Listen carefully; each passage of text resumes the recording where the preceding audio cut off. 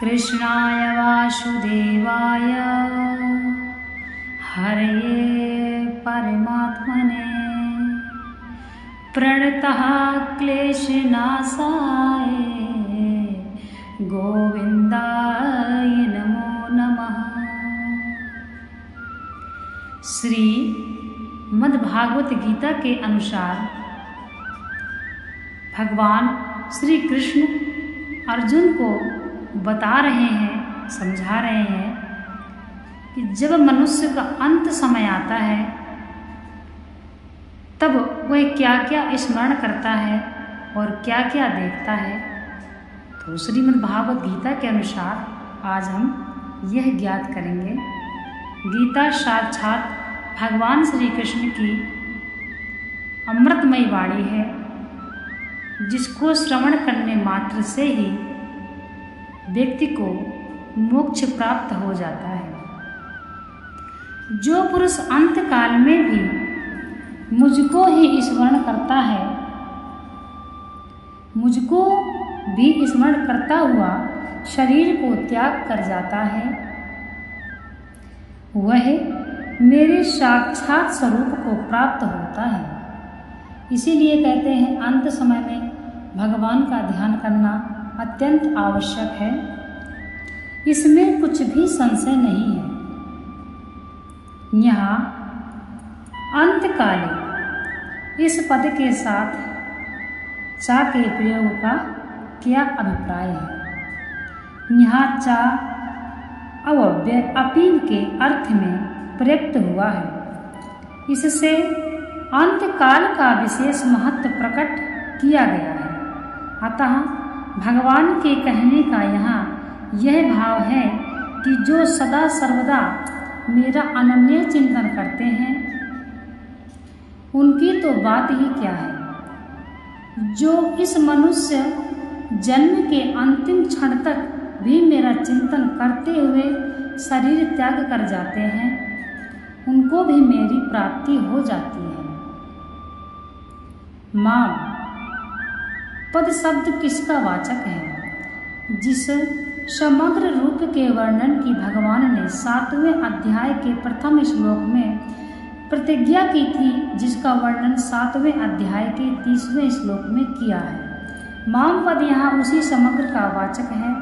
इसलिए यदि कोई किसी एक स्वरूप विशेष का भगवत बुद्धि से स्मरण करता है तो वह भी भगवान का ही स्मरण करता है तथा भगवान के भिन्न भिन्न अवतारों से संबंध रखने वाले नाम गुण प्रभाव और लीला चरित्र आदि भी भगवान की स्मृति में हेतु है।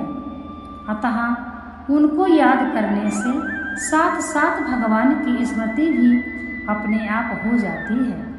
अतः नाम गुण प्रभाव और लीला चरित्र आदि का स्मरण करना भी भगवान का ही स्मरण है। एव का अभिप्राय है। यहाँ माम और स्मरण के बीच में एव पद देकर भगवान यह बतलाते हैं कि वह माता पिता भाई बंधु स्त्री पुत्र धन ऐश्वर्य मान प्रतिष्ठा और स्वर्ग आदि किसी का भी स्मरण न करके केवल मेरा ही स्मरण करता है। स्मरण चित्त से होता है। एवं पद दूसरे चिंतन का सर्वथा अभाव दिखलाकर यह सूचित करता है कि उसका चित्त केवल एकमात्र भगवान में ही लगा है। इसमें कुछ भी संशय नहीं है। इस कथन का क्या अभिप्राय है? इस वाक्य से यह भाव दिखलाया गया है कि अंत काल में भगवान का स्मरण करने वाला मनुष्य किसी भी देश और किसी भी काल में क्यों ना मरे, वह पहले के उसके आचरण चाहे जैसे भी क्यों ना रहे हों, उसे भगवान की प्राप्ति निसंदेह हो जाती है। इसमें जरा भी शंका नहीं है। यहाँ यह बात कही गई है कि भगवान का स्मरण करते हुए मरने वाला भगवान को ही प्राप्त होता है। इस पर यह जिज्ञासा होती है कि केवल भगवान के स्मरण के संबंध में ही यह विशेष नियम है या सभी के संबंध में। इस पर कहते हैं, हे कुंती पुत्र अर्जुन, यह मनुष्य अंत काल में जिस जिस भी भाव को स्मरण करता हुआ शरीर का त्याग करता है उसको ही प्राप्त होता है, क्योंकि वह सदा उसी भाव से भावित रहा है। यहाँ भाव शब्द किसका वाचक है, उसे स्मरण करना क्या है। ईश्वर, देवता, मनुष्य, पशु, पक्षी, कीट पतंग, वृक्ष, मकान, जमीन आदि जितने भी चेतन और जड़ पदार्थ हैं उन सब का नाम भाव है। अंतकाल में किसी भी पदार्थ का चिंतन करना, उसे स्मरण करना है।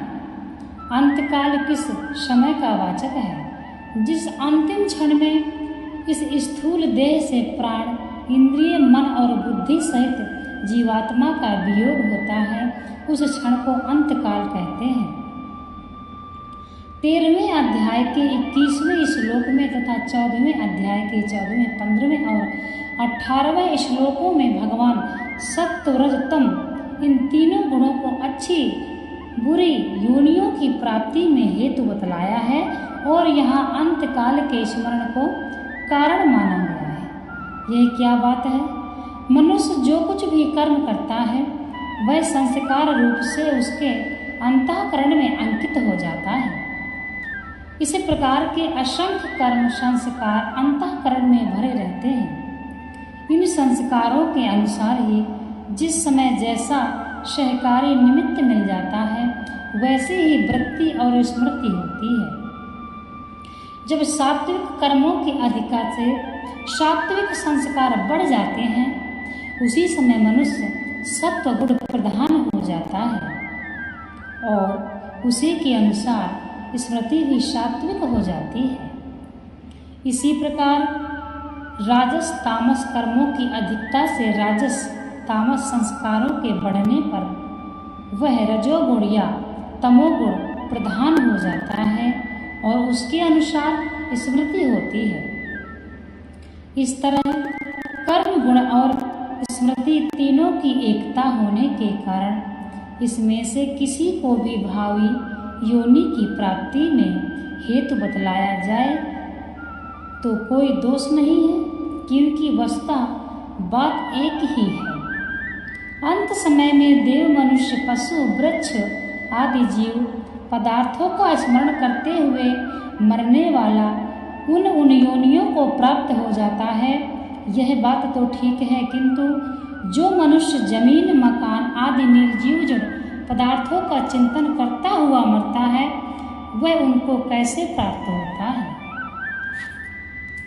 इस प्रकार से भगवान अर्जुन को समझा रहे हैं, जमीन, मकान आदि का चिंतन करते मरने वाले को अपने गुण और कर्मानुसार अच्छी बुरी योनि मिलती है और उस योनि में वह अंत समय की वासना के अनुसार जमीन, मकान आदि जड़ पदार्थों को प्राप्त होता है।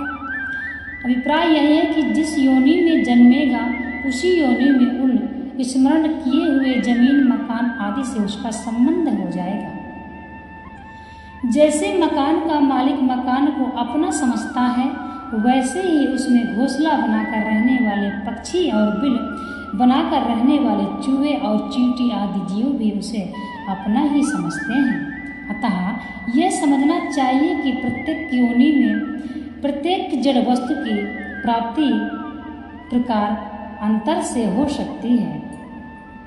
मनुष्य अंतकाल में जिस भाव का स्मरण करता हुआ शरीर त्याग करता है वह उसी भाव को प्राप्त होता है।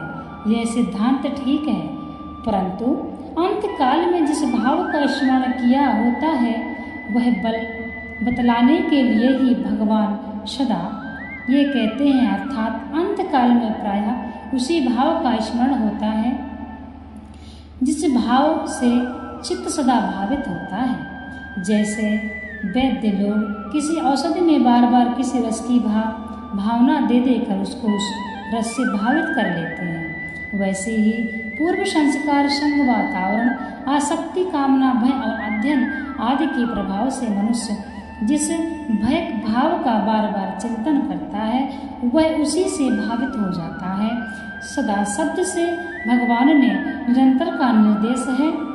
अभिप्राय यह है कि जीवन में सदा सर्वदा बार बार दीर्घ काल तक तथा मनुष्य जो स्मरण करता है, जिसका भाव अधिक चिंतन किया जाता है, उसी का दृढ़ अभ्यास हो जाता है।